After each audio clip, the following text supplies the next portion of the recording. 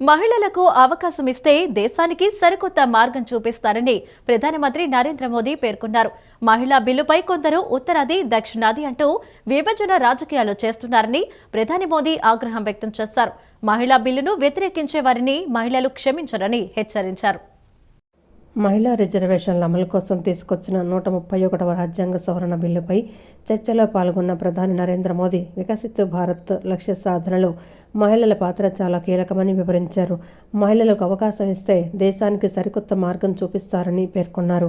గతంలో మహిళా రిజర్వేషన్ల బిల్లుకు అన్ని పార్టీలు మద్దతిచ్చిన విషయం గుర్తు చేసిన ప్రధాని రిజర్వేషన్లను త్వరగా అమలు చేసేందుకు చేస్తున్న ప్రయత్నానికి ఇప్పుడు కూడా సహకరించాలని విజ్ఞప్తి చేశారు. మహిళా బిల్లును వ్యతిరేకించే వారిని మహిళలు క్షమించరన్న ప్రధాని మోదీ సమయం చూసి తగిన బుద్ధి చెప్తారని హెచ్చరించారు. దేశ పార్లమెంటరీ చరిత్రలో ఈ రోజును మర్చిపోలేమన్న మోదీ ఈ చారిత్రక సమయంలో పాల్పంచుకోవటం అదృష్టంగా భావిస్తున్నానన్నారు. దేశ రాజకీయాల్లో మహిళల పాత్ర కీలకమని వారిని కలుపుకొని ముందుకు వెళ్తున్నామని చెప్పారు.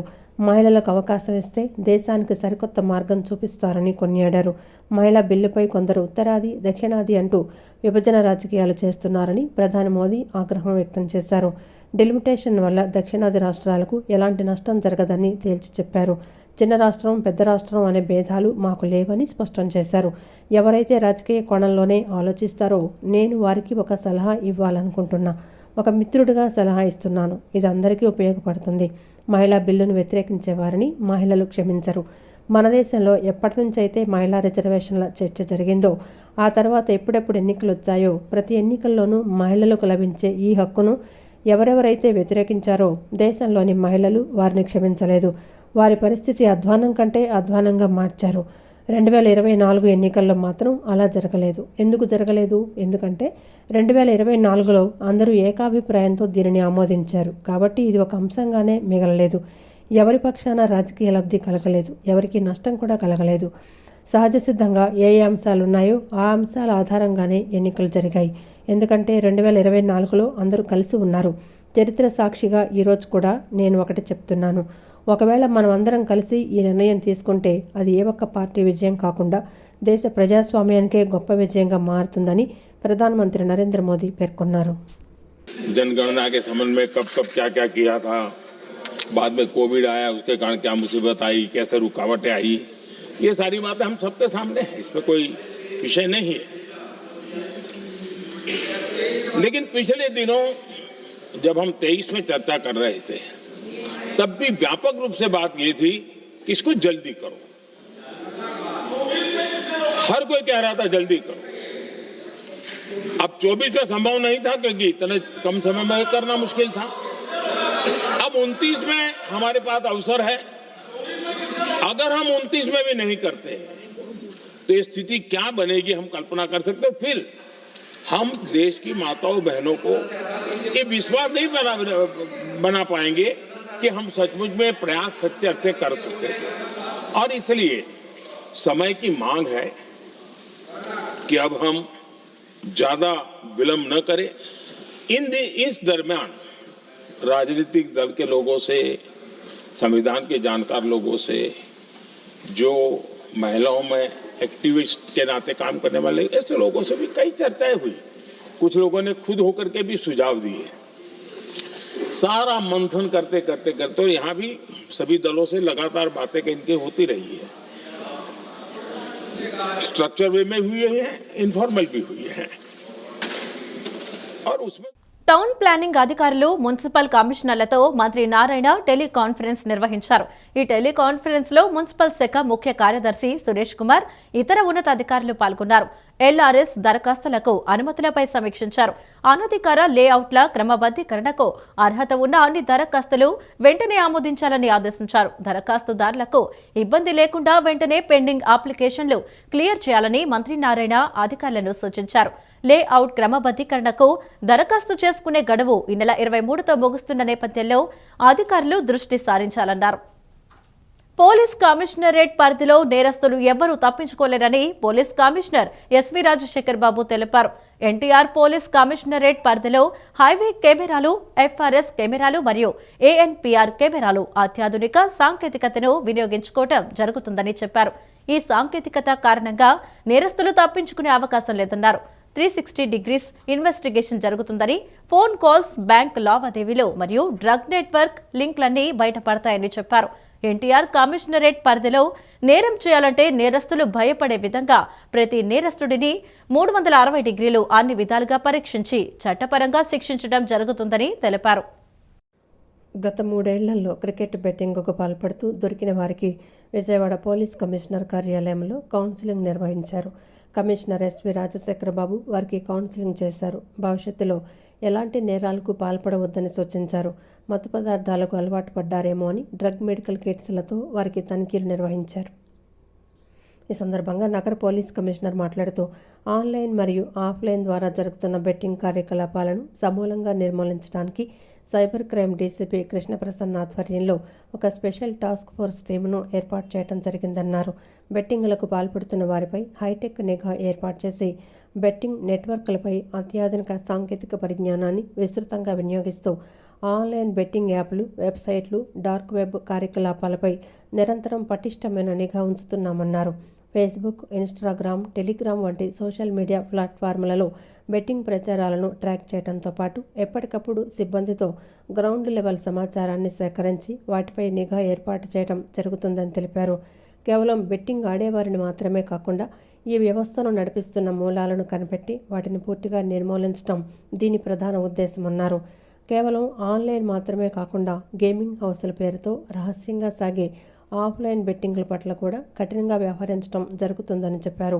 అనుమానిత వ్యక్తుల బ్యాంకు ఖాతాలను పరిశీలించి సిడిఆర్ మరియు ఐపీడీఆర్ మొదలైన అధునాతన విశ్లేషణ ద్వారా నిందితులను గుర్తించడం జరుగుతుందని తెలిపారు. ప్రస్తుతం బ్లూట్ లెగ్గర్స్ మరియు డ్రగ్స్ నేరస్తులపై ప్రయోగించే పీడీ యాక్ట్ పరిధిలోకి ఆన్లైన్ మరియు క్రికెట్ బెట్టింగ్ నిర్వాహకులపై కూడా తీసుకొచ్చే విధంగా ప్రభుత్వానికి ప్రతిపాదనలు పంపేందుకు చర్యలు చేపడుతున్నామన్నారు. సోషల్ మీడియాలో ఆన్లైన్, వాట్సాప్ ఈ అకౌంట్స్ అన్నీ కూడా చూస్తున్నారు.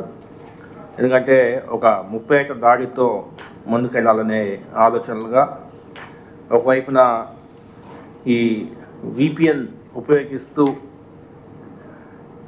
ఏదైతే వెబ్సైట్స్ రన్ చేస్తున్నారో వాళ్ళందరి మీద ఉక్కుపాదం మోపే విధంగా, అదేవిధంగా కొంత ఆఫ్లైన్ బెట్టింగ్తో పాటు, ఆఫ్లైన్ అంటే ఏదో ఒక కామన్ గేమింగ్ హౌస్ మాదిరి పెట్టుకొని అక్కడ కూర్చొనేసేసి ఈ డబ్బులు అక్కడక్కడ కడుతుంటారు. ఇటువంటి ఆఫ్లైన్ బెట్టింగ్ మీదే కాకుండా ఆన్లైన్ బెట్టింగ్ మీద కూడా ఉక్కుపాదం మోపాలనే ఉద్దేశంతో ముందుకు పోతున్నాం. ఇందులో ముఖ్యంగా కొన్ని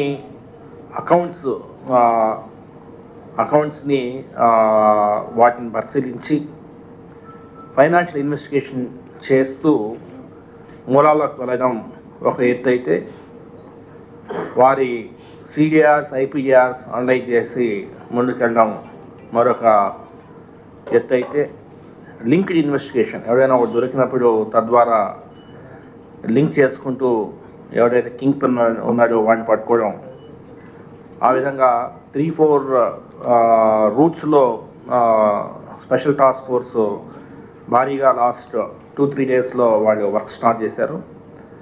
చాలా బాగా ఇన్వెస్టిగేషన్ చాలా గట్టిగా ప్రోగ్రెస్ అవుతూ ఉంది. ఇందులో ముఖ్యంగా మూలాల్లోకి వెళ్ళాలా, ఈ ఆర్గనైజ్డ్ క్రైమ్ని ఎటువంటి పరిస్థితుల్లో మనము నిర్మూలించాలనే ఉద్దేశంతో ముందుకు పోతుంది. ఎవరైతే నేరం చేసేవాళ్ళు ఉన్నారో ఈ నేరాలకన్నీ కూడా అవినాభావ సంబంధం ఉంది కాబట్టి ప్రిజంప్షన్, ఎవరైనా క్రికెట్ బెట్టింగ్ ఆడుతున్నాడు అంటే ప్రిజంప్షన్ ఏంటంటే వాడు గంజా తీసుకుంటున్నాడేమో అన్న అనుమానం ఉన్నాడని చెప్పేసి అది ప్రజ్యూమ్ చేసుకునేసి అటువంటి వాళ్ళందరికీ టెస్ట్ చేయాలనేది ఆలోచన. అదేవిధంగా చైన్ స్నాచర్ కావచ్చు, అదేవిధంగా మోటార్ సైకిల్ అఫెండర్ కావచ్చు. ఎందుకంటే ఈ మధ్యన చూస్తే మోటార్ సైకిల్స్ ఎందుకు దొంగతనం చేస్తున్నారంటే తీసుకుపోయేసి ఆ మోటార్ సైకిల్ అమ్మేసేసి దాంతో గంజాయి కొనుక్కున్నారు. ఇటువంటి కేసెస్, ఇటువంటి గ్యాంగ్స్ కొన్ని బయటపడినాయి. అందుకే వాటి మోటార్ సైకిల్ అఫెన్స్ చేస్తున్నారంటే ఖచ్చితంగా అనుమానించాల్సిన విషయం. సో చాలా జాగ్రత్తగా నేరస్తులు ఎన్టీఆర్ పోలీస్ కమిషనరేట్లో నేరం చేయాలంటే భయపడాలా. ఒకవేళ నేరం చేస్తే ఖచ్చితంగా డ్రగ్ డిటెక్షన్ రావాలి. వస్తే ఒకవేళ వాడు గంజా తాగుతుంటే ఖచ్చితంగా బయటపడతారు. సో చాలా జాగ్రత్తగా నేరస్తులు ఎన్టీఆర్ పోలీస్ కమిషనరేట్లో చాలా జాగ్రత్తగా ఉండాల్సిన అవసరం ఉంది. ఒకవైపున 10,000 కెమెరాలు, మరొక వైపున FRS కెమెరాలు, మరొక వైపున ఆటోమేటిక్ నెంబర్ ప్లేట్ రికగ్నిషన్ కెమెరాలు, ఒకవైపు నాట్ గ్రిడ్. ముద్దాయి నేరస్తుడు తప్పించుకునే పరిస్థితే లేదు. సీఎం చంద్రబాబు ఆదేశాల మేరకు నిర్వహిస్తున్న ప్రజా దర్బార్లో ప్రతి అర్జీకి సమాధానం ఇస్తూ జవాబుదారీతనంతో పనిచేస్తున్నామని ప్రభుత్వ విప్ సెంట్రల్ నియోజకవర్గ ఎమ్మెల్యే బోండా ఉమామహేశ్వరరావు, టీడీపీ ఎన్టీఆర్ జిల్లా అధ్యక్షురాలు గద్దె అనురాధ అన్నారు. గత ప్రభుత్వ నిర్ణయాల వల్ల ప్రజలు ఇబ్బందులు ఎదుర్కొంటున్నారని పేర్కొంటూ హౌసింగ్ సమస్యలను తిరిగి పరిశీలించి అవసరమైన చోట ఇళ్ల మంజూరు చేస్తామని తెలిపారు. నగరంలోని అజిత్ సింగ్ నగర్లోని టీడీపీ సెంట్రల్ నియోజకవర్గం కార్యాలయం నందు ప్రభుత్వ వైపు సెంట్రల్ నియోజకవర్గ ఎమ్మెల్యే బోండా ఉమామహేశ్వరరావు ఆధ్వర్యంలో ప్రజల నుండి వినతిపత్రాల స్వీకరణ ప్రజా దర్బార్ కార్యక్రమం నిర్వహించారు. ఈ కార్యక్రమంలో తెలుగుదేశం పార్టీ ఎన్టీఆర్ జిల్లా అధ్యక్షురాలు గద్దె అనురాధ పాల్గొని ప్రజల నుండి వచ్చిన వినతులను స్వయంగా స్వీకరించి వాటి పరిష్కారానికి సంబంధిత అధికారులకు సూచనలు చేశారు. కార్యక్రమంలో కొంతమంది లబ్ధిదారులు తమకు ఉపాధి కోసం తోపుడు బండ్లు కావాలని తెలియచేయగా ఎమ్మెల్యే బోండా ఉమ తక్షణమే అందజేస్తామని హామీ ఇచ్చారు.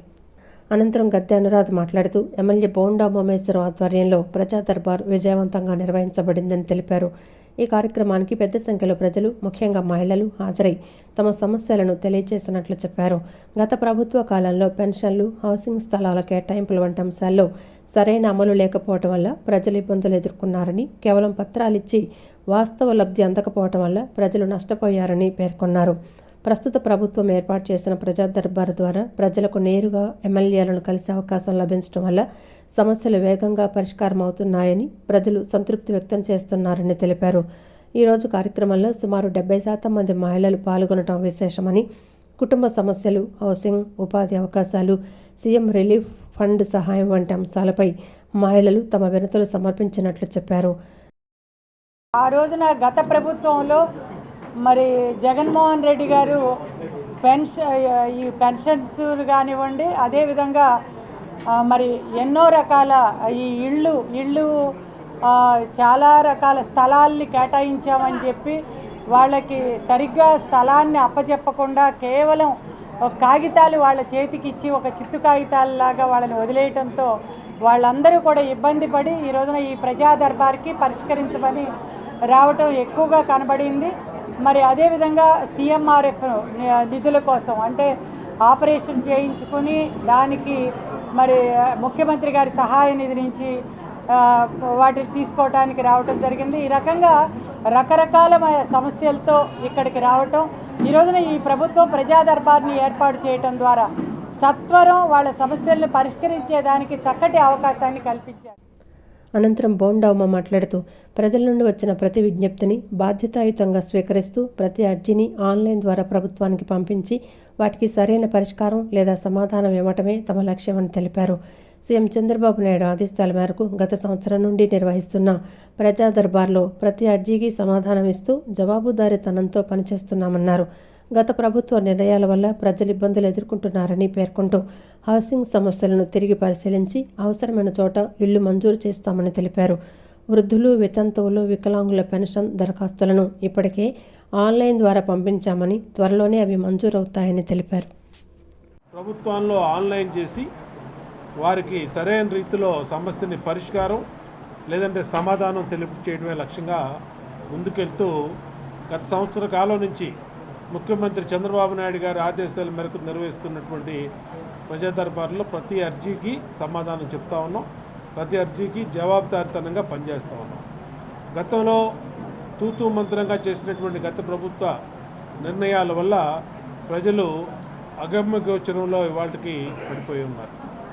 లేని ఇళ్ల పట్టాలను ఇచ్చామని చెప్పి, అలాగే లేని ఇళ్ళని కట్టిస్తున్నామని చెప్పి ఇష్టారీతిన వాళ్ళని ఇచ్చేశారు.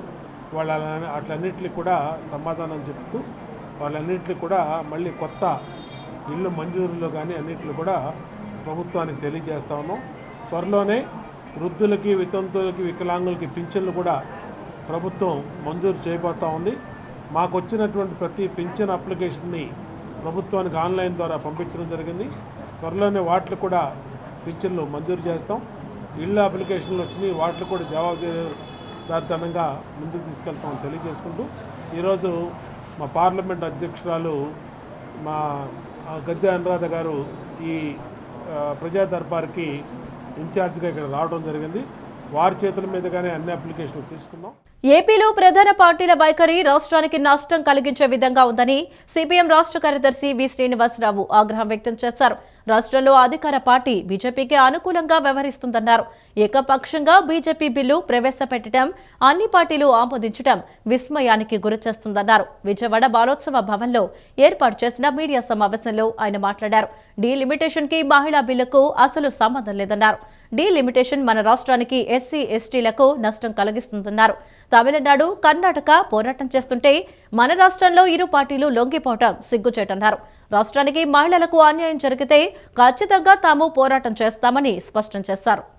2023లో పార్లమెంటు ఏకగ్రీవంగా ఆమోదించిన తర్వాత ఈ చట్టాన్ని దీన్ని తీసుకుపోయి కోల్డ్ స్టోరేజ్లో పెట్టింది ఎవరు? ప్రతిపక్షాలు పెట్టినాయా? ప్రభుత్వం పెట్టిందా? ఆ రోజు జనాభా లెక్కల సేకరణ అయిన తర్వాత, డీలిమిటేషన్ అయిన తర్వాత ఈ మహిళా రిజర్వేషన్ అమల్లోకి వస్తుందని చెప్పి ఆ రోజు దానికి కొర్రీ పెట్టి ఆపి, ఈరోజు ఇప్పుడు 2011 జనాభా లెక్కల ప్రకారం డీలిమిటేషన్ చేసి మొత్తం దీన్ని అమలు జరుపుతామని చెప్పి ఇప్పుడు చట్ట సవరణ చేయడానికి, రాజ్యాంగ సవరణ చేయడానికి ఇప్పుడు ముందుకు వచ్చారు. ఇప్పటివరకు పార్లమెంట్ చరిత్రలో ఒక చట్టం చేసి ఆ చట్టాన్ని అమలు చేయకుండా దాన్ని ఎలా అమలు చేయాలో మళ్ళీ ఇంకొక చట్టం చేయడం అనేది చాలా rarest of the rare thing. ఇప్పుడు డీలిమిటేషన్కి మహిళా రిజర్వేషన్కి ఏమైనా సంబంధం ఉందా? ఎన్ని సీట్లు ఉంటే అన్ని సీట్లు 1/3 వచ్చేస్తాయి మహిళలకి. సీట్లు పెంపుదలకి అదే మోకాడికి బోడిగుండికి లింకు పెట్టినట్టు అసలు సీట్లు పెంపుదల గురించి ఈరోజు నిన్న పార్లమెంట్లో చెప్పాడు ప్రధానమంత్రి. నాది పూచి, ఇప్పుడు ఏ నిష్పత్తిలో ఉందో అదే నిష్పత్తులు అందరికీ పెంచుతాము, ఎవరికి అన్యాయం జరగదని చాలా చెబుతున్నాడు. ఆయన ఏమిటి పూచి? రాజ్యాంగం ఇవ్వాలి పూచి, చట్టం ఇవ్వాలి పూచి. ఈ జనాభా ప్రక్రియ, జనాభాతో పాటు కులగణన ఈ రెండు జరిగితే, ఎస్సీ ఎస్టీ ఓబీసీ లెక్కలన్నీ వస్తే స్థానిక సంస్థల ఎన్నికలు మొదలుకొని రాజ్యసభ లోక్సభ వరకు అన్ని ఎన్నికల్లో కూడా ఈ జనాభా లెక్కల ఆధారంగా మళ్ళీ అవసరమైనటువంటి అప్డేట్ తాజా పరుచుకోవాలి. ఈ సీట్లను కూడా అప్డేట్ చేసుకోవాలి. దాని ప్రకారం ఎస్సీ ఎస్టీ సీట్లు పెరుగుతాయి, జనరల్ సీట్లు పెరుగుతాయి. కానీ దాన్ని దాచిపెట్టి ఇప్పుడు మేము అందరికీ సీట్లు సమానంగా పనిచేస్తున్నాం, ప్రపోర్షనేట్గా నిష్పత్తి ప్రకారం ఇప్పుడున్న సీట్ల యొక్క నిష్పత్తి ప్రకారం పెంచుతున్నామని చెప్పి అఖిలపక్ష సమావేశంలో చెప్పిన, పార్లమెంట్లో మోడీ ఉపన్యాసం అయినా ఇదంతా కూడా హంబక్కు. వాళ్ళు చెప్తున్న దానికి చేస్తున్న దానికి అసలు సంబంధం లేదు. మహిళా రిజర్వేషన్స్ నిజంగా ఇన్ని గొప్ప మాటలు చెప్పాడు కదా మోడీ గారు. అమిత్ షా కూడా చెప్తా ఉన్నాడు, వీళ్ళకి నిజంగా ప్రేమ ఉంటే చేయాల్సింది ఏమిటి అంటే ఇప్పుడు ఉన్నటువంటి పార్లమెంట్ సభ్యుల్లోనే 1/3 రిజర్వేషన్స్ ఇచ్చి దాన్ని అమలు చేయడానికి అవసరమైన చర్యలు తీసుకుంటే ఇది అమల్లోకి వస్తుంది. లేకపోతే ఏమవుతుంది, అనేక చిక్కుముళ్ళు పెట్టిన తర్వాత ఈ చిక్కుముళ్ళతో ఇది అమలు చేయడం సాధ్యం కాలేదబ్బా అని చెప్పేటటువంటి పరిస్థితి, దీన్ని నామినల్ చేసేటటువంటి పరిస్థితికి ఇది దారితీస్తుంది. కాబట్టి ఈ రకమైనటువంటి వైఖరిని దురదృష్టం ఏమిటి అంటే మన రాష్ట్రంలో కూటమి ప్రభుత్వంలో భాగంగా ఉండి బీజేపీని వ్యతిరేకించకపోగా అన్ని రాజకీయ పార్టీలని దీనికి మద్దతు ఇవ్వమని చెప్పేసి లెక్కలు రాస్తూ తనతో ఉన్నటువంటి మహిళలందరినీ కూడా మభ్యపరిచేటటువంటి ఒక ప్రయత్నం. ఇక్కడి నుంచి మహిళా ఎమ్మెల్యేలని, మహిళా నాయకుల్ని అందరినీ వెంట పెట్టుకుని ఢిల్లీ తీసుకువెళ్ళాడు. ఏం జరుగుతుంది ఇప్పుడు అనేటటువంటి విషయాలు నోరెత్తనివ్వకుండా చేసేటటువంటి ముందరి కాళ్ళకు బంధం వేసేటటువంటి ప్రయత్నం చంద్రబాబు నాయుడు చేస్తూ ఉన్నాడు. ఇది సరైంది కాదు. ఖచ్చితంగా ఈ బిల్లుకు మీరు మద్దతు ఇచ్చినట్లయితే ప్రజలే తేల్చుకోవడానికి సిద్ధపడతారు, మహిళలు తేల్చుకోవడానికి సిద్ధపడతారు. గన్నవరానికి సీ-డాక్ సంస్థను తీసుకురావడానికి ముఖ్యమంత్రి నారా చంద్రబాబు నాయుడుతో చర్చలు జరుగుతున్నాయని ప్రభుత్వ విప్ గన్నవరం ఎమ్మెల్యే యార్లగడ్డ వెంకట్రావు తెలిపారు. అలాగే మేధా టవర్స్ లో క్వాంటమ్ వ్యాలీ 2వ కేంద్రాన్ని ఏర్పాటు చేసినట్లు వెల్లడించారు. వచ్చే నెల నుంచి HCL ద్వారా విద్యార్థులకు ఉచితంగా ఆర్టిఫిషియల్ ఇంటెలిజెన్స్ శిక్షణ కార్యక్రమం ప్రారంభిస్తున్నట్లు చెప్పారు. గన్నవరం ప్రభుత్వ పాలిటెక్నిక్ కళాశాలలో నిర్వహించిన వార్షికోత్సవం జాబ్ అచీవర్స్ డే కార్యక్రమం ఉత్సాహభరితంగా జరిగింది. ఈ వేడుకలకు ఆంధ్రప్రదేశ్ ప్రభుత్వ విప్ గన్నవరం ఎమ్మెల్యే యార్లగడ్డ వెంకట్రావు ముఖ్య అతిథిగా హాజరై జ్యోతి ప్రజ్వలన చేసి కార్యక్రమాన్ని ప్రారంభించారు. కళాశాలలో 4 విభాగాలకు చెందిన మొత్తం 132 మంది ఫైనల్ ఇయర్ విద్యార్థులు వివిధ ప్రముఖ సంస్థల్లో ఉద్యోగాలకు ఎంపిక కావడంతో 100% ప్లేస్మెంట్లు నమోదయ్యాయి. గతంలో కొన్ని బ్రాంచీలకు పరిమితమైన అవకాశాలు ఉండగా ఈసారి అన్ని విభాగాల్లోనూ పూర్తి స్థాయి ప్లేస్మెంట్లు సాధించడం విశేషంగా నిలిచింది. ఎంపికైన విద్యార్థులకు ఎమ్మెల్యే యార్లగడ్డ వెంకట్రావు స్వయంగా జాబ్ ఆఫర్ లెటర్లు అందజేసి అభినందించారు. కృషి పట్టుదలతో మరింత ఉన్నత స్థాయికి చేరుకోవాలని విద్యార్థులకు సూచించారు. ఈ సందర్భంగా యార్లగడ్డ మాట్లాడుతూ కళాశాల అభివృద్ధికి ప్రాధాన్యం ఇస్తున్నామని 30 లక్షల నిధుల కోసం విద్యాశాఖ మంత్రి నారా లోకేష్ను కోరినట్లు తెలిపారు. కంప్యూటర్ల కోసం ఓఎన్జీసీతో చర్చలు జరుగుతున్నాయని, కాలేజీ మౌలిక వసతులను మెరుగుపరుస్తామని హామీ ఇచ్చారు. పాలిటెక్నిక్, ఐటీఐ చదువులు పూర్తి చేసిన వారికి తక్కువ వయసులోనే ఉద్యోగ అవకాశాలు లభిస్తాయని, యువత ఈ అవకాశాలను వినియోగించుకోవాలని ఎమ్మెల్యే సూచించారు. రాబోయే కాలంలో సీడ్ టెక్నాలజీ బ్రాంచ్ని ఏమైనా ఏర్పాటు చేస్తే అగ్రిటెక్ యూనివర్సిటీని చేద్దామని ప్రభుత్వం భావిస్తుంది. కాబట్టి కాలేజ్ పెడతాం కన్నా ఉన్న పాలిటెక్నిక్ కాలేజీలో ఒక కోర్సు పెడితే ఎలా ఉంటుందని మాట్లాడితే అవకాశం ఉందని చెప్పారు. దీన్ని డెఫినెట్గా ప్రభుత్వం దృష్టికి తీసుకెళ్లి ఆ దిశగా పనిచేస్తా. రాబోయే కాలంలో సీడాక్ కంపెనీతో కూడా దాదాపు చర్చలు పూర్తయినాయి. గౌరవ ముఖ్యమంత్రి గారుతో ఒక మీటింగ్ జరిగితే సీడాక్ గన్నవరం రాబోతుంది. సీడాక్ లాంటి సంస్థలు వస్తే చుట్టుపక్కల 120 ఇంజనీరింగ్ కాలేజీ 4 జిల్లాల్లో ఉన్నాయి. అలాగే గన్నవరం పాలిటెక్నిక్ కాలేజీ, ఇంకా చాలా కాలేజీలు నియర్ బై ఉన్నాయి. వీళ్ళందరికీ ఏ ట్రైనింగ్ కానీ వీటన్నిటికీ గన్నవరం నియోజకవర్గ యువత భవిష్యత్తు డెఫినెట్గా అది గేమ్ చేంజర్ అవుతుందని నేను భావిస్తున్నాను. అలాగే ఈ కాలేజీ నుంచి గతంలో కొంతమంది మెకానికల్ కిడ్స్కి రాకపోయినా ఈ సంవత్సరం 100% అన్ని బ్రాంచ్లకి 132 మందికి ఉద్యోగ ఉపాధి అవకాశాలు కల్పించిన ప్రతి కంపెనీ యాజమాన్యానికి కూడా ధన్యవాదాలు తెలియజేస్తూ, ఉద్యోగ ఉపాధి అవకాశాలు కల్పిస్తున్న లక్ష్యంగా యువగళం పాదయాత్రలో 20 లక్షల ఉద్యోగాలు ఇప్పిస్తానని చెప్పిన లోకేష్ బాబు మాట ఇచ్చే రాజకీయ నాయకులు చాలా మంది ఉంటారు. కానీ ఇచ్చిన మాట కోసం తన శాఖ కాకపోయినా విద్యాశాఖ మంత్రిగా పనిచేస్తూ 20 లక్షల ఉద్యోగ ఉపాధి అవకాశాల కోసం దేశ విదేశాల్లో నెట్వర్క్ ఏర్పాటు చేసుకుని ఆంధ్రప్రదేశ్ రాష్ట్ర ప్రభుత్వంతో ఆ కంపెనీలతో టైఅప్ అయి, అది గూగుల్ అయినా ఇంకోటైనా గూగుల్ రాకతో గూగుల్ వైజాగ్ వేదికగా ఈ నెలలో శంకుస్థాపన జరగబోతుంది. దాదాపు 98లో మైక్రోసాఫ్ట్ చంద్రబాబు నాయుడు తీసుకొచ్చినప్పుడు చంద్రబాబు నాయుడు గారు తీసుకొచ్చిన టైంకి అసలు గూగుల్ అనే కంపెనీ పొట్ల. ఈ కంపెనీ చంద్రబాబు గారు 98 మార్చిలో తెస్తే సెప్టెంబర్లో గూగుల్ స్టార్ట్ చేశారు, స్టార్టప్ కంపెనీ. అలాంటి గూగుల్ 153,000 కోట్లు ఈ రాష్ట్రంలో పెట్టుబడి పెడుతుందంటేనే ఇది డెఫినెట్ గా ఈ రాష్ట్ర యువత ఉపాధి అవకాశాలు కల్పించడానికి. మా కాలేజీలో చదువుతున్న కంప్యూటర్ సైన్స్లో 50 మంది ఫైనల్ ఇయర్ విద్యార్థులకు గాను 50 మందికి ఉద్యోగాలు వచ్చినాయి. ఎలక్ట్రానిక్స్లో 49 మందికి ఉద్యోగాలు వచ్చినాయి. మెకానికల్లో 14 మందికి ఉద్యోగాలు వచ్చినాయి. ఎలక్ట్రికల్లో 19 మందికి ఉద్యోగాలు వచ్చినాయి. ఫైనల్ ఇయర్లో ఉన్న 132 మందికి ఉద్యోగాలు వచ్చినాయి. కొందరికి 1, కొందరికి 2, కొందరికి 3 ఉద్యోగాలు వచ్చినాయి. ఈ విషయాన్ని నేను సగర్వంగా తెలియజేస్తున్నాను. కార్యక్రమంలో ఇన్ఛార్జ్ ప్రిన్సిపల్ వివి కృష్ణమోహన్, సిఐ బివి శివప్రసాద్ తదితరులు పాల్గొన్నారు. విద్యార్థుల్లో ఉన్న నైపుణ్యాన్ని వెలికితీసేందుకు వైజ్ఞానిక ప్రదర్శనలు దోహదపడతాయని మైనారిటీ వ్యవహారాల ప్రభుత్వ సలహాదారు ఎంఏ షరీఫ్ తెలిపారు.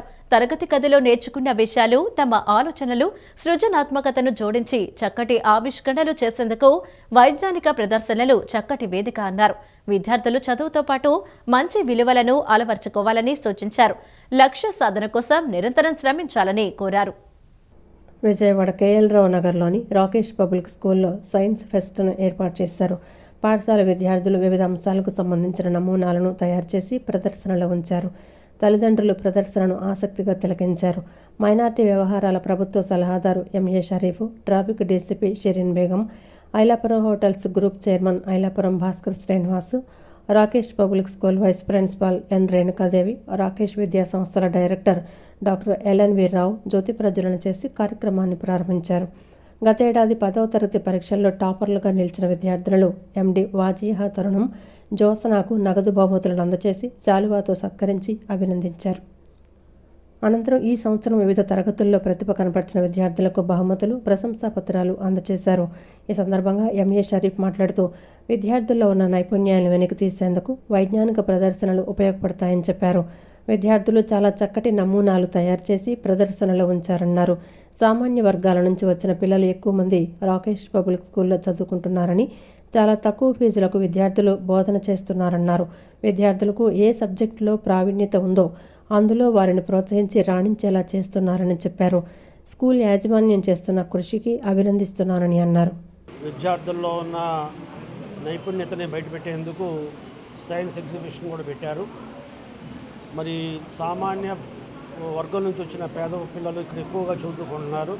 తక్కువ ఫీజులతో వాళ్ళని విద్యాబుద్ధులు నేర్పించడమే కాకుండా వాళ్ళలో ఉన్న ఉత్సాహతని బయటికి తెచ్చి వాళ్ళ సబ్జెక్టులో ఏ సబ్జెక్టులో అయితే ప్రావీణ్యత ఉందో, ఇంట్రెస్ట్ ఉందో ఆ సబ్జెక్టులో వాళ్ళని ఆరితేరిన వాళ్ళుగా చేయటంలో ఇక్కడ టీచర్స్ కూడా బాగా మరి పరిపూర్ణంగా కృషి చేస్తున్నారు.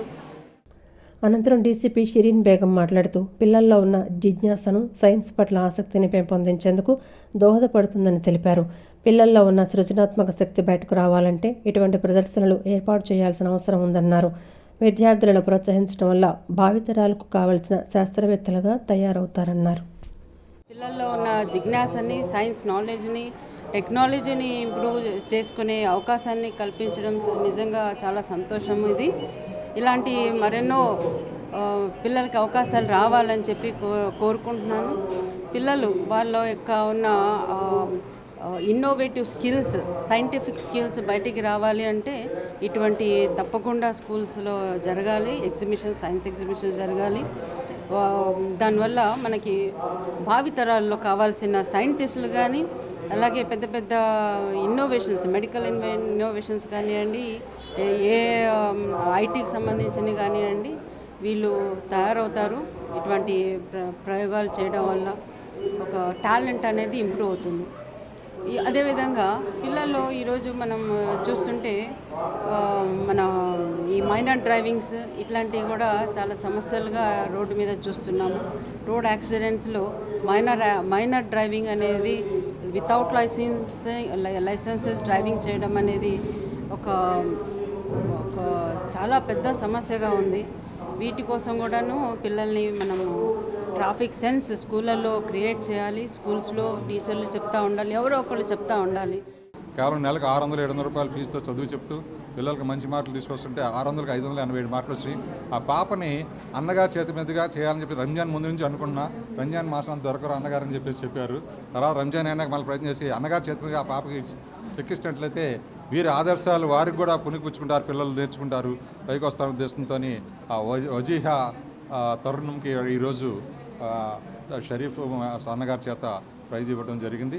చాలా సంతోషదాయకం. అలాగే మెరిట్ పిల్లలందరూ కూడా ఇచ్చారు. దేశం అభివృద్ధి చెందాలంటే జనాభా ఎంత ఉందో స్పష్టమైన లెక్కలు అవసరం. సంక్షేమ పథకాలు అమలు సహా అనేక అంశాలకు జనాభా లెక్కలే ప్రామాణికం. పరిపాలనా వ్యవస్థను సులభతరం చేసేందుకు ఈ గణాంకాలు దోహదపడతాయి. 2011లో జనగణన జరిగింది. ప్రతి 10 ఏళ్లకోసారి జనాభా లెక్కలు సేకరిస్తారు.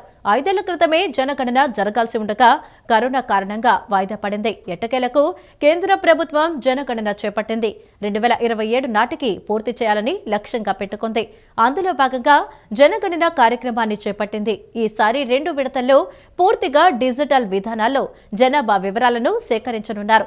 తొలిసారిగా ప్రజలే తమ వివరాలను పోర్టల్లో నమోదు చేసుకునేందుకు అవకాశం కల్పించారు. జనగణన పోర్టల్ వివరాలు, అందులో ఏ అంశాలు ఉంటాయి, ఎలా నమోదు చేసుకోవాలో తెలుసుకుందాం.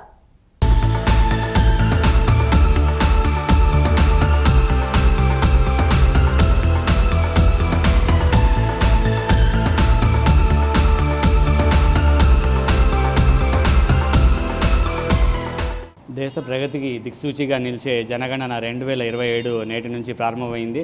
దేశవ్యాప్తంగా ఈ జనగణన కార్యక్రమాన్ని ప్రారంభించడం జరిగింది. జనగణన ఎలా చేయాలనేది మొదటిగా 3 రోజుల పాటు ఎన్యూమరేటర్లకి శిక్షణ ఇవ్వడం జరిగింది. అయితే దేశంలో మొదటిసారిగా స్వీయ గణనకు కూడా అవకాశం ఇచ్చారు. ఈ నెల ఏప్రిల్ 16వ తేదీ నుంచి 30వ తేదీ వరకు ప్రజలే స్వయంగా జనగణన నమోదు చేసుకునే అవకాశాన్ని కల్పించారు. దానికోసం వెబ్సైట్ని కూడా అడ్రస్ని కూడా ఇవ్వడం జరిగింది. అయితే ఎవరైతే దీని పట్ల అవగాహన ఉన్న వాళ్ళు స్వయంగా జనగణన నమోదు చేసుకోవచ్చు. అయితే దాని మీద అవగాహన లేని వాళ్ళకి ఎన్యూమరేటర్లే స్వయంగా వెళ్ళి ఈ జనగణన నమోదు చేయడం జరుగుతుంది. అది మే 1వ తారీఖు నుంచి 30వ తారీఖు వరకు ఎన్యూమరేటర్లే స్వయంగా ప్రజల ఇళ్ళకి వెళ్ళి ఈ జనగణన నమోదు చేయడం జరుగుతుంది. ఈ ఏప్రిల్ 16వ తేదీ నుంచి 30వ తేదీ వరకు స్వీయ గణనకు అవకాశం ఇచ్చారు. అయితే ఈ స్వీయ గణన ఎలా చేసుకోవాలి ఏంటి అనేది చెప్పడానికి మనతో పాటు విజయవాడ నగరపాలక సంస్థ జోనల్ మున్సిపల్ కమిషనర్ షమీ మనతో పాటు ఉన్నారు. ఆయన ఎలా నమోదు చేసుకోవాలనేది మనకి వివరిస్తారు. సార్ చెప్పండి, అసలు ఈ జనగణన అనేది ఏంటి, ఎట్లా చేసుకోవాలి, దీనికి ప్రభుత్వం ఏం సైట్ ఇచ్చింది? అందరికీ నమస్కారం. సో దేశవ్యాప్తంగా జనగణన అనేది 2026లో స్టార్ట్ అయిందండి. సో ఇప్పుడు ప్రస్తుతం దీనికి సంబంధించి ఎన్యూమరేటర్స్ అదేవిధంగా సూపర్వైజర్లకు శిక్షణా తరగతులు కూడా జరుగుతూ ఉన్నాయి. వీరందరూ కూడా రేపు నెల అంటే మే 1వ తేదీ నుంచి మే 31వ తేదీ వరకు ప్రతి ఇంటికి వెళ్ళి ఈ జనగణన అనేది చేయడం జరుగుతూ ఉంది. సో దానికంటే ముందుగా మనకి కేంద్ర ప్రభుత్వము జనగణన ఈ డిపార్ట్మెంట్ సెన్సస్ డిపార్ట్మెంట్ వారు మనకందరికీ ఒక అవకాశం ఇచ్చారు. అది సెల్ఫ్ ఎన్యూమరేషన్. సో ఇప్పటి వరకు ఎప్పుడూ లేని విధంగా ఈ సెల్ఫ్ ఎన్యూమరేషన్ అనే విధానాన్ని తీసుకురావడం జరిగింది. సో ఈ సెల్ఫ్ ఎన్యూమరేషన్ ఏదైతే ఉందో అది మనమే సొంతంగా ఎన్యూమరేటర్లు మన ఇంటికి రాకముందే మన యొక్క కుటుంబ వివరాలు ఈ జనగణన వెబ్సైట్లో మనం నమోదు చేసుకోవచ్చు. సో దానికి సంబంధించి ఏప్రిల్ 16వ తేదీ నుంచి 30వ తేదీ వరకు ఈ సెల్ఫ్ ఎన్యూమరేషన్ ప్రోగ్రామ్ అనేది ఇవ్వడం జరిగింది. సో ఈ ఏప్రిల్ 16 నుంచి మనకి వెబ్సైట్ ఒకటి ఇవ్వడం జరిగింది. అది se. సెల్ఫ్ ఎన్యూమరేషన్ .census.gov.in అనేటువంటి పోర్టల్లోకి వెళ్ళినట్టయితే ముందుగా మీకు అందులో మన ఫోన్ నంబరు అదేవిధంగా డీటెయిల్స్, మన ఫోన్ నంబరు, ఈమెయిల్ ఐడి అడుగుతుంది. ఒక క్యాప్షాని మనం ఎంటర్ చేసినట్టయితే అక్కడ మనకి ఓపెన్ అవుతుంది, ఈ వెబ్సైట్ అనేది ఓపెన్ అవుతుంది. అక్కడ హౌస్ హోల్డ్ హెచ్ఓడి అంటే head of the house hold ఎవరైతే కుటుంబ పెద్ద ఎవరైతే ఉంటారో వారి యొక్క వివరాలు, అదేవిధంగా వారి ఫోన్ నంబరు, వారి మెయిల్ ఐడి. ఈమెయిల్ ఐడి అనేది ఆప్షనల్ అండి. ఇక్కడ మనం గుర్తుంచుకోవాల్సింది ఏమి అంటే ఈ సెల్ఫ్ ఎన్యూమరేషన్ అనేది కుటుంబ యజమాని అయినా సొంతంగా చేయాలి, లేదా ఎవరైనా చేసేవాళ్ళు కుటుంబ యజమాని పేరు మీదనే ఈ సెల్ఫ్ ఎన్యూమరేషన్ అనేది జరుగుతుందని గుర్తుంచుకోవాలి. అదేవిధంగా ఒక కుటుంబానికి ఒక మొబైల్ నెంబర్ని మాత్రమే యూజ్ చేయాలి, వేరొక మొబైల్ నెంబర్ని యూజ్ చేయడానికి లేదు. అదేవిధంగా యజమాని పేరును కానీ మొబైల్ నెంబర్ని కానీ మార్చడానికి కూడా కుదరదు. సో వెబ్సైట్లో మనం se.census.gov.in అనేది ఓపెన్ చేసినట్లయితే ఈ రకంగా మనకి ముందుగా మనము స్టేట్ మన యొక్క రాష్ట్రం పేరుని ఎంచుకుంటాం. తర్వాత ఒకరు మనం ఏదైతే మన యజమాని head of the house hold ఎవరైతే ఉంటారో వాళ్ళ పేరుని మనం ఎంటర్ చేస్తాం. దాని తర్వాత కింద మొబైల్ నెంబర్, ఈ మొబైల్ నెంబర్ని ఎంటర్ చేస్తాం. ఎంటర్ చేసిన తర్వాత మనకి ఓపెన్ అవుతుంది. ఓపెన్ అయిన తర్వాత మనం ఎంటర్ చేసిన తర్వాత మన మొబైల్ నెంబర్కి ఓటీపీ, మనం ఏదైతే మొబైల్ నెంబర్ ఎంటర్ చేస్తామో వస్తుంది. వెరిఫై ఓటీపీ అని మనం ఎంటర్ చేసిన తర్వాత ఇక్కడ మనకి ఈ సెన్సస్లో ఇందాక చెప్పినట్టుగా 6 రకాల దశలు అనేటివి ఉంటాయి. ముందుగా ఫస్ట్ లొకేషన్ డీటెయిల్స్, అంటే మనకి ఫస్ట్ ఫేజ్లో మనం లొకేషన్ అనేది మనము ఏ జిల్లాలో ఉన్నాము, మన యొక్క గ్రామము లేదా పట్టణము, ఊరు అనేది ఎక్కడ, మన ఈ లొకేషన్ అనేది మనము ఒక గూగుల్ మ్యాప్ అనేది వస్తుంది, దాన్ని ఇందులో సెట్ చేసుకోవాలి. ఇక్కడ రెడ్ కలరు మనకి మార్క్ అనేది ఉంటుంది. సో దీన్ని తీసుకెళ్ళి మనం ఉన్నటువంటి లొకేషన్, మన ఇల్లు అక్కడ మనకి గూగుల్ ఎర్త్లో కనిపిస్తుంది, దాన్ని తీసుకెళ్ళి దాన్ని అక్కడ ప్లేస్ చేయొచ్చు. సో ఆ రకంగా ప్లేస్ చేసుకుంటే, సో ఇక్కడ లొకేషన్ని చేసుకున్న తర్వాత, మనం లొకేషన్ని మార్క్ చేసుకున్న తర్వాత సెన్సస్ హౌస్ డీటెయిల్స్ మనము ఎంటర్ చేస్తాం. తర్వాత హౌస్ హోల్డ్ ఇన్ఫర్మేషన్, హౌస్ హోల్డ్లో ఎంతమంది ఉన్నారు వాళ్ళ వివరాలు అవన్నీ. తర్వాత ఎమ్యూనిటీస్, ఆ కుటుంబంలో ఉన్నటువంటి వసతులు ఏవైతే ఉన్నాయో దానికి సంబంధించిన ప్రశ్నలు ఉంటాయి. అదేవిధంగా అసెట్స్, ఆ కుటుంబానికి సంబంధించి ఏవైనా అసెట్స్ ఉన్నాయా అని చెప్పి ప్రశ్నలు ఉంటాయి. లాస్ట్కి మనకి చివరిగా ప్రివ్యూ, అంటే మనం ఎంటర్ చేసినటువంటి ప్రశ్నలుకి సమాధానాలు అనేవి కరెక్ట్గా ఎంటర్ చేసామా లేదా, మన డీటెయిల్స్ అనేవి కరెక్ట్గా ఉన్నాయా లేదా అని చెప్పి మనం ఒకసారి ప్రివ్యూ బటన్ చూసుకొని దాని తర్వాత సేవ్ డ్రాఫ్ట్లోకి మనం డ్రాఫ్ట్లోకి ఎంటర్ చేసుకున్న తర్వాత ఫైనల్గా మనం సబ్మిట్ చేయాలి. సో ఇప్పుడు ముందుగా మనము లొకేషన్ డీటెయిల్స్ ఎంటర్ చేస్తాం. లొకేషన్ డీటెయిల్స్ ఎంటర్ చేసి ఈ 6 దశల్లో మనకి దాదాపు 33 రకాల ప్రశ్నలు ఉంటాయి. ఈ లొకేషన్ ఎంటర్ చేసిన తర్వాత ఈ రకంగా ప్రశ్నలు అనేది రావడం జరుగుతుంది. అదేవిధంగా మనం ఏదైతే మొబైల్ నంబరు ఎంటర్ చేసామో ఆ మొబైల్కి మనకి ఒక మెసేజ్ వస్తుంది. Dear respondent, thank you for completing self enumeration, your SC ID అంటే self enumeration ID so and so అని చెప్పి వస్తుంది. అందులోనే అక్కడ రాసి ఉంటారు, please keep this safe and share it with enumerator when asked. అంటే మనము ఇక్కడ సెల్ఫ్ ఎన్యూమరేషన్ కంప్లీట్ చేసిన తర్వాత మే 1వ తేదీ నుంచి ప్రతి ఇంటికి కూడా జనగణనకి సంబంధించినటువంటి ఎన్యూమరేటర్లు సందర్శిస్తారు. ఎప్పుడైతే ఎన్యూమరేటర్లు మీ ఇంటి దగ్గరకు వస్తారో అప్పుడు మీరు చేసుకున్నటువంటి ఈ సెల్ఫ్ ఎన్యూమరేషన్ ఐడిని ఖచ్చితంగా ఎన్యూమరేటర్లకి తెలియజేయాలి.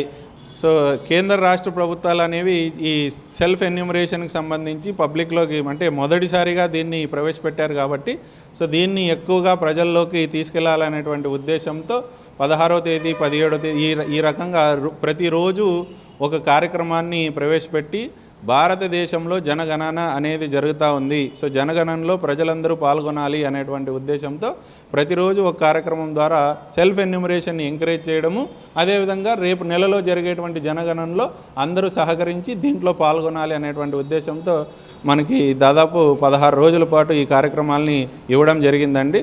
ఈ ప్రజల ఆర్థిక స్థితిగతులను తెలుసుకొని రాబోయే 10 సంవత్సరాలు ప్రజలకు అమలు చేయాల్సిన సంక్షేమ పథకాలు, అభివృద్ధి కార్యక్రమాల గురించి తెలుసుకోవడానికే ఈ జనగణన అనేది చేపట్టడం జరుగుతుంది. అంతే తప్ప ప్రస్తుతం ఉన్న సంక్షేమ పథకాలు తీసేస్తారనే అపోహ ప్రజలకు వద్దు. ప్రజలు తప్పనిసరిగా ప్రతి ఒక్కరు స్వీయ గణన కానీ ఎన్యూమరేటర్లు ఇంటికి వచ్చినప్పుడు జనగణనకి తమ పూర్తి వివరాలు తెలియజేసి జనగణనకి సహకరించాలని చెప్పేసి విజయవాడ నగరపాలక సంస్థ జోనల్ కమిషనర్ షమ్మి చెప్తున్నారు. కెమెరామెన్ రాజగోపాల్తో Murtuza, city news, Vijayawada. K G Satyamurthy పయనించిన జీవితాన్ని ఆయన నమ్మిన సిద్ధాంతాలను కొనసాగిస్తామని వక్తలు పేర్కొన్నారు. ప్రస్తుత సామాజిక పరిస్థితులను బట్టి వర్తమానాన్ని అంచనా వేసి కమ్యూనిస్టు ముందుకు పోవాలన్నారు. నగరంలోని గాంధీనగర్ ప్రెస్ క్లబ్ నందు కేజీ సత్యమూర్తి 14వ వర్ధంతి సభ గాంధీనగర్ ప్రెస్ క్లబ్లో జరిగింది. మాజీ SC commission chairman Victor Prasad, VCK రాష్ట్ర అధ్యక్షులు విద్యాసాగర్, ఇప్టూ రాష్ట్ర ప్రధాన కార్యదర్శి ఎం రామకృష్ణ, దళిత నాయకులు కొక్కిరిగడ్డ శ్యాము, ఏఐఎఫ్టియు రాష్ట్ర కార్యదర్శి బడుగు విజయ్, సత్యమూర్తి కుటుంబ సభ్యులు ప్రసంగించారు. సభకు రెడ్ ఫ్లాగ్ రాష్ట్ర కార్యదర్శి మరీద్ ప్రసాద్ బాబు అధ్యక్షులుగా వ్యవహరించారు. సభను ఆయన మనుమలు కొప్పుల విజయబాబు, కేజీ లీలా ప్రసాద్, కేజీ సత్యమూర్తి నిర్వహించారు. సత్యమూర్తి పయనించిన జీవితాన్ని, ఆయన నమ్మిన సిద్ధాంతాలను కొనసాగిస్తామని ఆయన చిత్రపటానికి జోహార్లు అర్పించారు, పూలదండలు వేశారు. ఆయన బంధువులు, మిత్రులు సత్యమూర్తితో అనుభవాలను పంచుకున్నారు. ఈ సభలో వక్తలు మాట్లాడుతూ కృష్ణా జిల్లా నందివాడ మండలం శంకరంపాడు గ్రామంలో జన్మించాడన్నారు. శంకరంపాడు గ్రామంలో ప్రారంభించిన ప్రస్థానం గుడివాడ, గుంటూరు వరకు విద్యాభ్యాసం సాగిందన్నారు. సిపిఎంను వ్యతిరేకిస్తూ పయనం సాగించే క్రమంలో వరంగల్లో మాస్టర్లుగా దర్శనం కావడంతో కొండపల్లి సత్యమూర్తి సాయుధ పోరాటాన్ని కొనసాగించారన్నారు. మార్క్సిజం, లెనిజం, మావో ఆలోచన విధానమే, వర్ల పోరాటమే దేశ రుగ్మతలకు శరణ్యమన్నారు. రాజ్యాంగ మార్పు కోసం ఒక ఫాసిస్టు ధోరణిలో సంస్కారాలు ముందుకు వస్తున్నటువంటి నేపథ్యాన్ని కూడా మనందరం కూడా చూస్తున్నాం. అది దేశవ్యాప్తంగా ఆ వర్గాల మీద, దళిత వర్గాల మీద, నిమ్న వర్గాల మీద, మైనారిటీల మీద జరుగుతున్నటువంటి దాడి కూడా మనం చూస్తాం. అదే క్రమంలో 90వ దశకం తర్వాత నుంచి రిజర్వేషన్లు ఏ విధంగా కోల్పోతూ ఉన్నాము, రిజర్వేషన్లు ఏ విధంగా వృద్ధి అవుతూ ఉన్నాయో, అట్లా పబ్లిక్ సెక్టర్ ఏ విధంగా నిర్వీర్యం అయిపోతూ ఉందో మనం అందరం కూడా గమనిస్తూ ఉన్నాం. కానీ రిజర్వేషన్లు మరింత పెంచుకోవాలి అనేటువంటి తపనతో జరుగుతున్నటువంటి ఉద్యమం కూడా మరోవైపు జరుగుతుంది. అంటే రెండు వైపులా మనం పరిశీలించినప్పుడు మొత్తంగా ఆ సామాజిక వర్గానికి అందవలసినటువంటి ఫలాలు అందకపోతూ ఉన్నాయి. సరే, అసమానతలు లేని సమాజం అనుకున్నప్పుడు సమానత్వం కోసం మనం చేసేటువంటి ఉద్యమ పోరాటాలని మనం ఏ విధంగా మళ్ళీ ట్రాక్లోకి తీసుకురావాలి అనేటువంటిది కూడా మనం ఆలోచించవలసినటువంటి అవసరం. చాలా చోట్ల ధర్నాలు జరుగుతున్నాయి. ఇక మా వాడు బయటకు వస్తాడా రాడా తెలియదు. పోలీసులు ఏమో పేపర్ స్టేట్మెంట్స్ ఇచ్చేసారు. పేపర్ స్టేట్మెంట్స్ ఇచ్చి అనుమానితులను అరెస్ట్ చేశాం, త్వరలో వాళ్ళని బహిర్గతం చేస్తామంటున్నారు. మా పరిస్థితి ఏంటంటే మేము అంబేద్కరిజం కోసం, లేకపోతే దళిత ఉద్యమాల కోసం, కొన్ని చోట్ల కాలేజీలో కుల వ్యవస్థ పోరాటాల కోసం, వాటి కోసం, వీటి కోసం ఉద్యమాలు చేస్తున్నాం. మా నాన్నగారు చూస్తే అభ్యుదయ భావాలతో సిపిఎంలో ఉన్నారు, సుందరయ్య గారితో పాటించారు. ఇదేంటి మాకు పరిస్థితి ఏంటని చెప్పి చాలా హైరాణ పడుతున్న సమయంలో ఒక విప్లవ జ్యోతి ఆయన చూస్తమే, ఆయన సామాన్యమైన ఒక కాఫీ ప్యాంట్ వేసుకుని, ఒక తెల్ల షర్ట్ వేసుకుని మామూలుగా అడుగుతున్నారు. మాకు ఆయనకు తెలియక ఎవరు ఏంటి, ఎవరి కోసం వెయిట్ చేస్తున్నారు అంటే ఇట్లాగంటే మా బ్రదర్ని పోలీసులు తీసుకెళ్ళిపోయారు. మా నాన్నగారు చాలా ఆందోళన విజయవాడ నగరంలో కాలగమనం చిత్ర యూనిట్ సందడి చేసింది. చిత్రం ప్రదర్శితమవుతున్న జయరాం థియేటర్లో ప్రేక్షకులతో కలిసి చిత్ర యూనిట్ కాలగమనం సినిమాను వీక్షించింది. గ్రామీణ నేపథ్యంలో తీసిన ఒక అందమైన ప్రేమ కావ్యాన్ని ప్రేక్షకులు విశేషంగా ఆదరించడం ఎంతో సంతోషంగా ఉందని దర్శకుడు సుధాకర్ తెలిపారు. కాలగమనం చిత్రం తెలుగు రాష్ట్రాలలో ఘనంగా విడుదలైంది. చిత్రం విజయవంతం కావడంతో ప్రేక్షకులను నేరుగా కలిసి కృతజ్ఞతలు తెలియజేసేందుకు యూనిట్ సభ్యులు విజయవాడలో చిత్రం ప్రదర్శితమవుతున్న గాంధీనగర్ జయరాం థియేటర్కు వచ్చి వారితో కలిసి చిత్రాన్ని వీక్షించారు. చిత్రం ఘన విజయం సాధించిన నేపథ్యంలో థియేటర్ ఎదుట సంతోషంతో సంబరాలు జరుపుకున్నారు. తీన్మార్ డప్పులకు డాన్స్ చేసి అందరినీ అలరించారు. ఈ సందర్భంగా ఏర్పాటు చేసిన విలేకరుల సమావేశంలో దర్శకుడు సుధాకర్ మాట్లాడుతూ తాను 2 ఏళ్ల పాటు శ్రమించి ఈ చిత్రాన్ని తీయటం జరిగిందన్నారు. నూతన నటీనటులు ఈ చిత్రంలో అద్భుతంగా నటించారని చెప్పారు. గ్రామీణ నేపథ్యంలో తీసిన ప్రేమ కథా సినిమాకు ప్రేక్షకుల నుంచి విశేష స్పందన లభిస్తోందని తెలిపారు. చిన్న సినిమాను ఆదరిస్తున్న ప్రేక్షకులకు ఆయన కృతజ్ఞతలు తెలియజేశారు. ఈ సినిమాకు క్లైమాక్స్ కీలకమని మిస్ కాకూడదని ఆయన సూచించారు. ఈ సినిమాలో అధిక శాతం నటీనటులు విజయవాడకు చెందిన వారు ఉన్నారని, చిత్ర నిర్మాణానికి తనకు చాలామంది సహకారం అందించారని, వారి సహకారాన్ని తాను ఎన్నటికీ మరువనని చెప్పారు. చాలా అవుట్పుట్ చాలా అద్భుతంగా వచ్చింది. కానీ దీన్ని ప్రజలు ఎలా ఆదరిస్తారో ఏం చేస్తారనేది ఒక భయం డౌట్ ఉంది. ఎందుకంటే ప్రమోషన్ పరంగా మేము డబ్బులు లక్షలు ఖర్చు పెట్టి ప్రమోషన్ చేసిన పరిస్థితి లేక నిజంగా ప్రమోషన్ చేయలేదు. నిజంగా ఏదైనా ప్రమోషన్ చేశాము ఎంతో కొంత అంటే మా విజయవాడ సోషల్ మీడియా ఇన్ఫ్లుయెన్సర్స్ అండి. నిజంగా అందరికీ చేతులు ఎత్తి నమస్కరిస్తున్నానండి. మస్తాన్ భాయ్ కానీ రామ్ కానీ అందరూ కూడా సోషల్ మీడియా ఇన్ఫ్లుయెన్సర్స్ నాకు నిజంగా ప్రాణం పోసారండి. ఈ సినిమాకి నాకు చాలా హెల్ప్ చేశారు. వీళ్ళకి జీవితంలో ఎప్పటికీ మర్చిపోలేను. ఈరోజు సినిమా థియేటర్స్లో టాక్ దద్దరిల్లిపోతుంది. అసలు ప్రశంసల వర్షం కురిపిస్తున్నారు. నిజంగా మాటలు రావడం లేదు. చాలా కష్టాలు పడి 2 సంవత్సరాల కష్టం అండి. ఇదంతా 2 సంవత్సరాల కష్టం. ఈ కష్టం ఎలా ఉందంటే అసలు నేను సినిమా పూర్తి చేయగలనా లేదా, ఇది జనంలో తీసుకెళ్ళగలనా లేదా అనేది నాకే ఒక డౌట్ ఏర్పడిపోయి నేను చేయలేనేమో అని ఒక సందర్భంలో నిరుత్సాహానికి గురై ఏమీ చేయలేను అని కూలబడిపోయా. అటువంటి టైంలో మళ్ళీ ఏదో ఒకటి చేయాలి, మనం కూలిపోతే ఏముంది, ఎట్టొకటి సాధించాలని పట్టుదలగా తిరిగాను. అనంతరం హీరోయిన్ లావణ్య మాట్లాడుతూ తాను విజయవాడ వాసినని, పలు చిత్రాల్లో క్యారెక్టర్ ఆర్టిస్ట్గా నటించానన్నారు. దర్శకుడు సుధాకర్ తనకు తొలిసారి హీరోయిన్ అవకాశం కల్పించారని చెప్పారు. ఈ సినిమా విడుదలైన అన్ని కేంద్రాలలో విజయవంతంగా ప్రదర్శితమవుతుందని తెలిపారు. దర్శకుడు ప్రేమ కథను కొత్తగా తెరకెక్కించారని, క్లైమాక్స్ అద్భుతంగా ఉంటుందని పేర్కొన్నారు. ప్రతి ఒక్కరూ ఈ సినిమాను వీక్షించి విజయవంతం చేయాలని కోరారు. ఇట్స్ బిగ్ హిట్ అని చెప్పలేను, బట్ ఇట్స్ ఎ హిట్ అనమాట మా వరకు. ఎందుకంటే అందరూ వచ్చి ఒక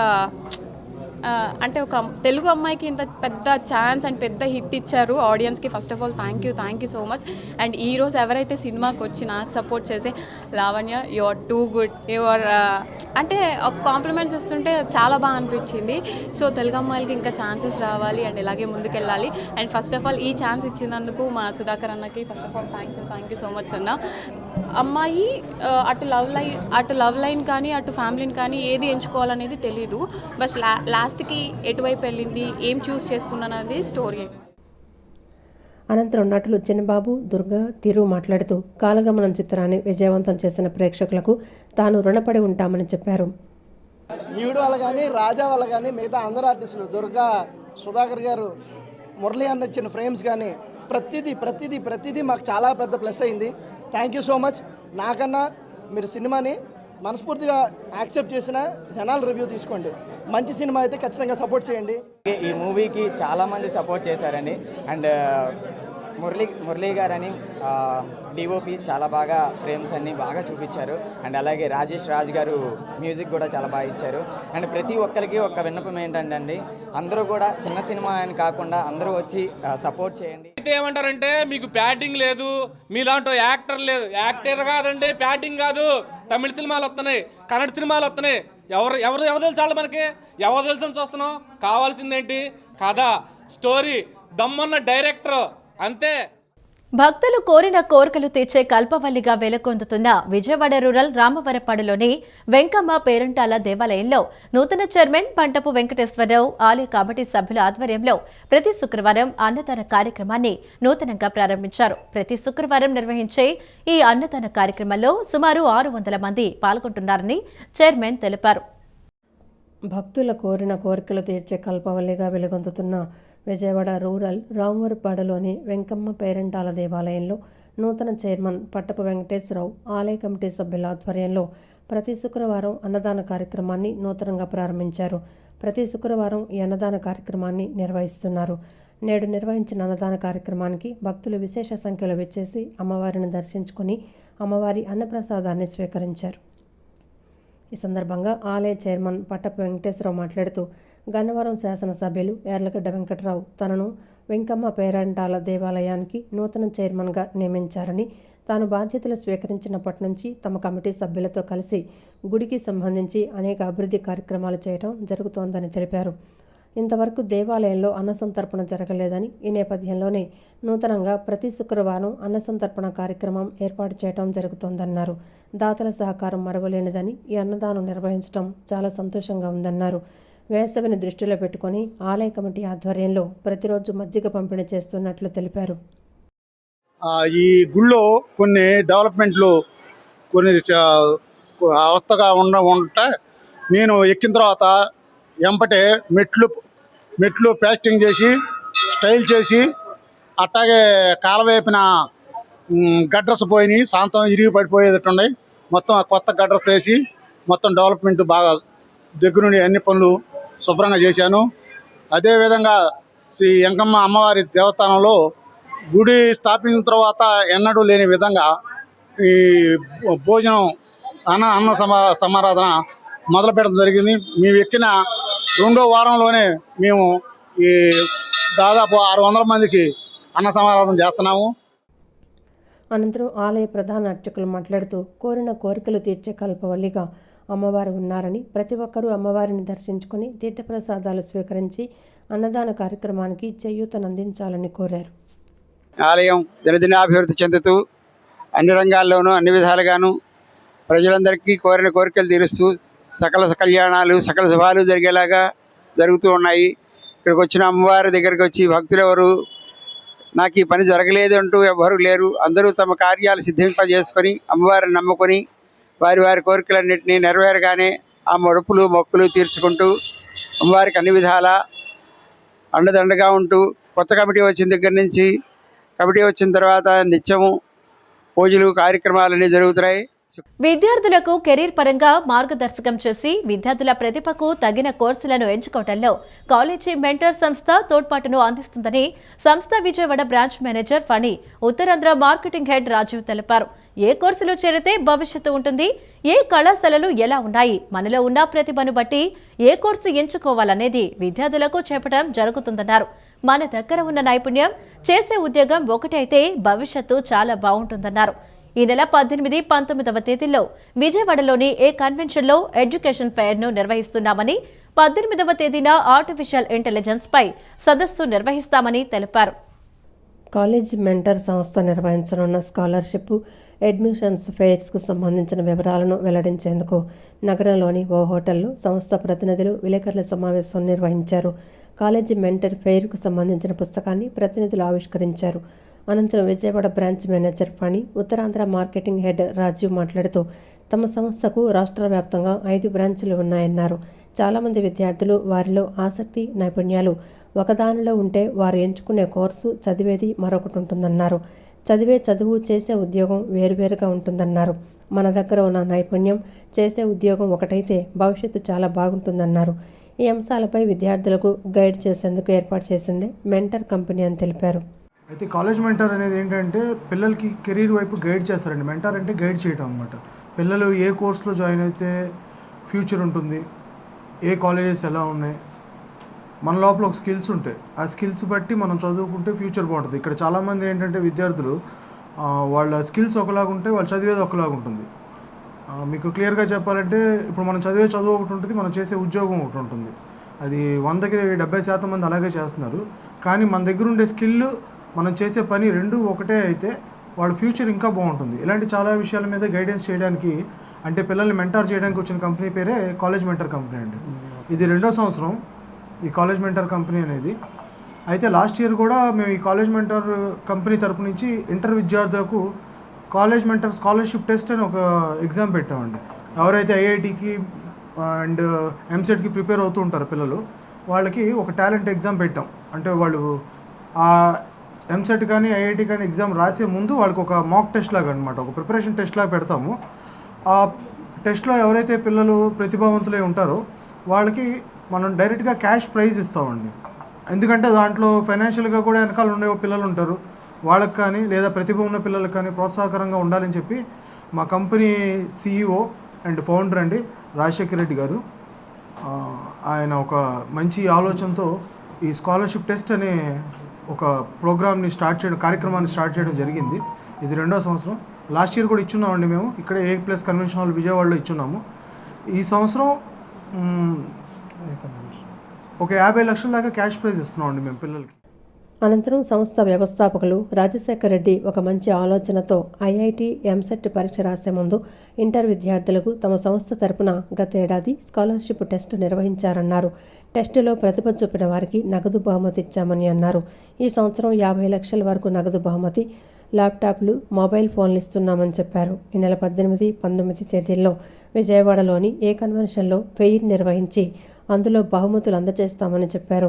18వ తేదీన ఆర్టిఫిషియల్ ఇంటెలిజెన్స్ పైన ప్యానెల్ డిస్కషన్ ఏర్పాటు చేశామన్నారు. దేశంలోని వివిధ రాష్ట్రాలకు చెందిన డీమ్డ్ విశ్వవిద్యాలయాలు ఫెయిర్లో పాల్గొంటున్నాయని, విద్యార్థుల ప్రతిభను బట్టి రాయితీలు ఇస్తున్నారని చెప్పారు. ఈవేళ మనం చూస్తున్న AI వీడియోస్ కానీ AI ఫొటోస్ కానీ ఇవన్నీ కూడా మీకు ఏంటంటే ఒక మంచి అవుట్పుట్ని తీసుకొస్తున్నాయి. బట్ ఇది మనకి ఉద్యోగానికి ఏ డైరెక్షన్లో మూవ్ అవుతుంది అన్నది కూడా మనం అనలైజ్ చేసుకోవాలి. సో మనకి IBM నుంచి ఎక్స్పర్ట్స్ వచ్చున్నారండి ఈ AI మీద డిస్కషన్ కోసం. And we have very good speakers, Sudheer Sandra గారు, లేకపోతే మనకి రమణ భూపతి గారు, ఇలాంటి మంచి మంచి అడ్వాన్స్డ్ స్పీకర్స్ ఉన్నారు.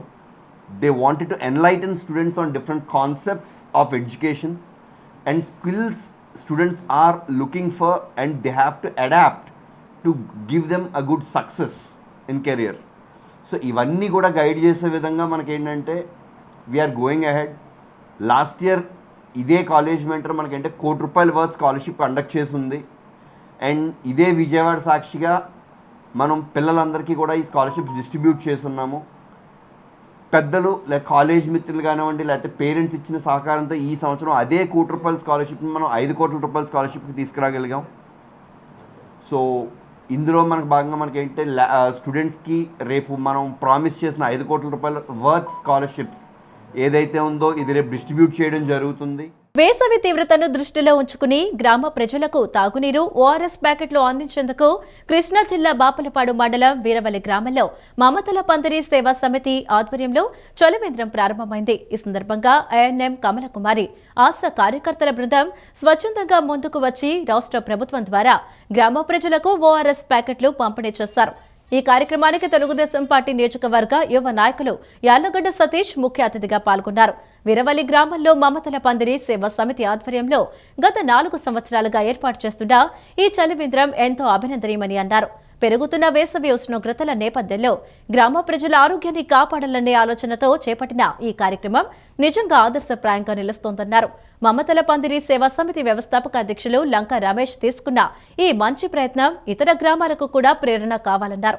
మమతల పందిరి సేవా సమితి వ్యవస్థాపకుడు లంకా రమేష్ మాట్లాడుతూ గ్రామ ప్రజల ఆరోగ్యం కోసం ఇలాంటి సేవా కార్యక్రమాలు నిరంతరం మమతల పందిరి ద్వారా కొనసాగిస్తామని తెలిపారు. చలివేంద్రం కొనసాగిన అన్ని రోజుల్లో ఉచితంగా ORS ప్యాకెట్లు అందుబాటులో ఉంచనున్నట్లు తెలిపారు. ఎక్కడి నుంచో ఎవరెవరో ఏంటో కూడా తెలియని పరిస్థితుల్లో ఉండి కూడా గ్రామ స్థాయిలో ఉన్న ప్రతి ఒక్కరికి సేవలు అందించాలని ప్రతి ఒక్కరు వెచ్చించే ప్రతి పైసా ఇక్కడ వినియోగించే గ్రామ స్థాయిలో వినియోగిస్తూ ఉన్నాం. అందుకే మొదటి ప్రతి సభ్యుడికి నా ధన్యవాదాలు తెలియజేస్తున్నాను. అలాగే గత 4 సంవత్సరాలుగా ఈ కార్యక్రమం జరగడానికి చదివేందుకు నాకు ఎంతగానో నా తండ్రి లాగా సపోర్ట్ చేసిన భయపడి మధుగారికి మధుగా నా ధన్యవాదాలు తెలియజేస్తున్నాను. ఎక్కడో దూరంగా కూర్చుంటాడు, అన్ని చూసుకుంటూ ఉంటాడు. నిజంగా గత 4 సంవత్సరాలుగా ఈ కార్యక్రమం ఎంత సక్సెస్ఫుల్ గా నడిపించిన భయపడి మధుగారికి నా ప్రత్యేక ధన్యవాదాలు తెలియజేస్తున్నాను. అలాగే ఈ రోజు ఇక్కడ ఈ కార్యక్రమం జరగడానికి నాకు షాప్ అందించిన మోహన కంగరావు గారికి ప్రత్యేకంగా నా ధన్యవాదాలు తెలియజేస్తున్నాను. అలాగే ఇది చిన్న కార్యక్రమం, పెద్ద కార్యక్రమాలు కాకుండా ఈ కార్యక్రమానికి యాదగడ్డ వెంకటరావు గారు మన ఎమ్మెల్యే డైనమిక్ లీడర్ ఇక్కడికి సతీష్ గారిని పంపించు ఈ చిన్న కార్యక్రమానికి కూడా మన సపోర్ట్ చేసినందుకు వారికి సమానంగా ధన్యవాదాలు. ఈ వార్తలు ఇంతటితో సమాప్తం. నమస్కారం.